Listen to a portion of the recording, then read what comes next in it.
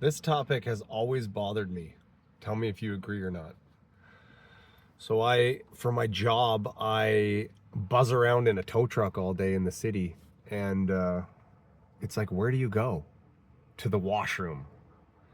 Around the city, driving around, whether you're downtown or in the suburbs, there is no place to go to the washroom when you're working 8, 10 hours a day driving around, unless you, I don't know, go to a store or a restaurant and be like, can I use your washroom? I don't know. I just feel uncomfortable doing that.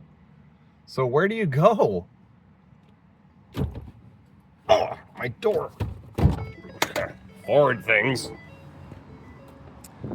So one thing I always am looking out for when I'm driving around is one of these. When I see one of these, a porta potty, porta john, I don't know what you call it. I call it a porta potty. Johnny on the spot. I take note, because when you're driving around and you gotta go, sometimes you just gotta go. It's not like you're gonna go on the side of the road in a bush. Not saying I haven't done that, but yeah, it's an issue for people driving around not in an office. That's what I think anyway.